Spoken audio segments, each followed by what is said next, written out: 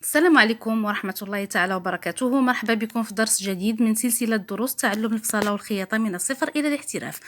كيف شفتوا في العنوان وفي الصورة المصغرة، فيديو اليوم هو خاص عن حردة الإبط أو التركيز. غادي نخدموا معكم بطريقة سهلة ومبسطة، لأنني وصلوني بزاف طلبات باش ندير هذا الفيديو. اغلب المبتدئات عندهم مشكل، ونبداو على بركة الله. غادي نرسم الكورساج ديالي سواء تقليدي سواء عصري. انا دي الطريقه اللي تنخدم بها في العصري وغادي نعطيها لكم. غادي نجي من هنا لهنا، غادي ننزل واحد المسافه بعلو الصدر. علو الصدر كيتخاد من اعلى نقطه في الكتف الى اعلى نقطه في الصدر اللي هي حلمه الثدي. وغادي نجي لهنا وغادي نحط قياس الصدر ديالي. شحال ما جا عندي، لنفرض مثلا انه قياس الصدر عندي مثلا 25. اوكي، الكتفين مثلا عندي 40 مقسومه على 2 عطاتني 20، جاتني هنا. غادي نجي من هنا وغادي نهبط واحد الخط هكذا بهذا الشكل.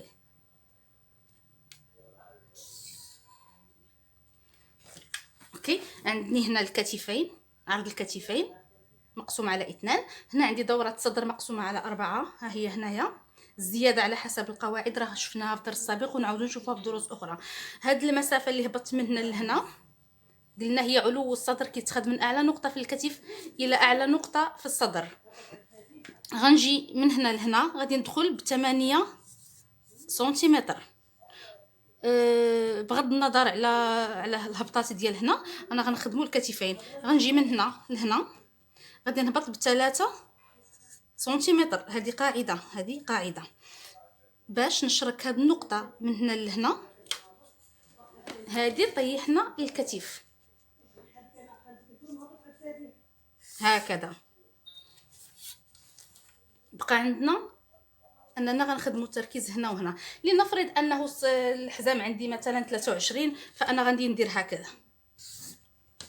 شنو بقى؟ يعني خدينا الكتفين، الصدر عندي حتى الحزام هنا. شنو بقى؟ هاد علو الصدر اللي نزلنا منه ب3 سنتيمتر. هاد المسافه من هنا لهنا هي التركيز. شنو غادي ندير لها؟ غادي نعاود نحسب المسافه اللي من هنا لهنا، يعني 25 ملي نزلت ب3 بقات ليا 22، نقسمها على 2 وغادي نحط نقطه هنا.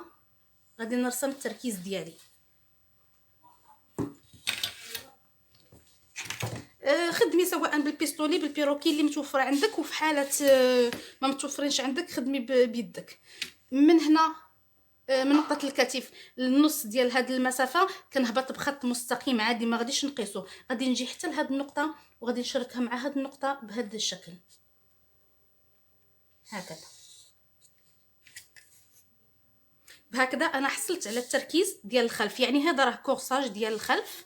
هنا غنهبط ب3 سنتيمتر باش نطيح التقويره، وغادي ندير هكذا. بهكذا حصلت على كورساج ديال الظهر. وهنا رسمنا التركيز ديال الظهر. هذا الكورساج نفسه غادي نستخرج منه الكورساج ديال الامام. غنحيد هذا اللون وغنخدم لكم بلون اخر باش يكون واضح، اختلاف بسيط. غادي نجي لهاد النقطه ديال الوسط هنا وغادي ندخل ب1.5 سنتيمتر وغادي نحط نقطه.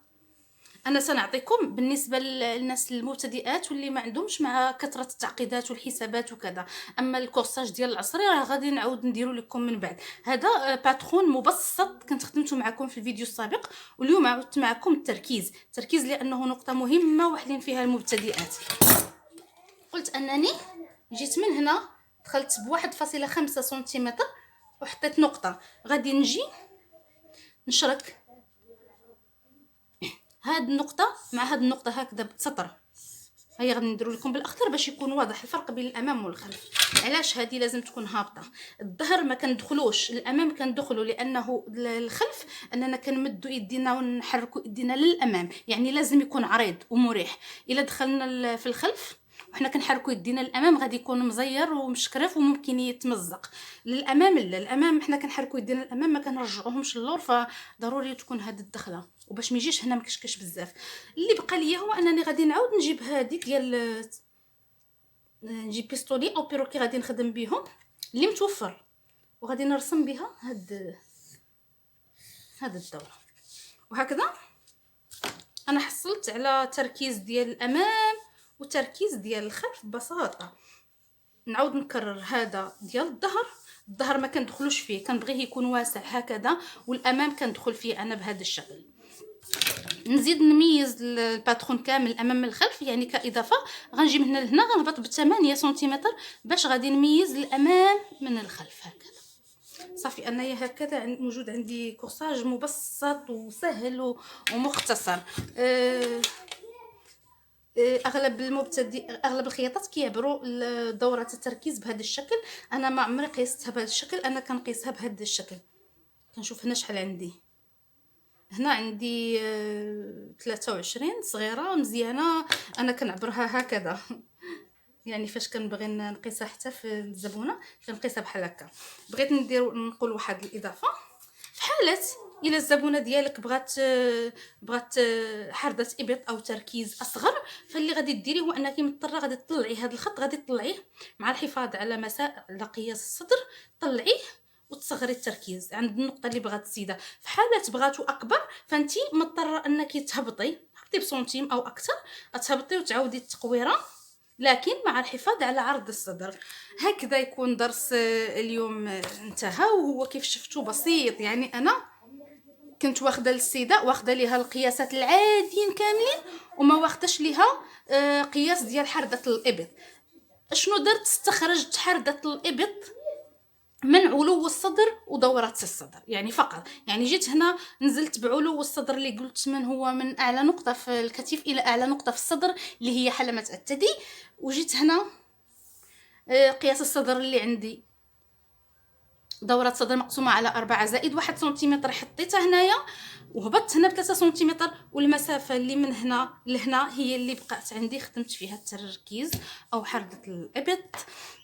نوقف عند هذا الحد، الفيديو اللي بعد هذا مباشرة انا غادي نكمل تصوير، غيكون طريقة تفصيل الدائرة ديال الكم، تفصيل الكم مضبوط مع حردة الابط. ما غاديش نخدموا الدرس ديال الكم بوحدو، ولكن غادي ناخذ باترون وغادي ناخذ المقاس ديال حردة الابط ونحطه في الكم، لانه اغلبكم عندكم مشكل ديال ما كتجيكمش حردة الابط مضبوطه مع الكم اثناء الخياطه.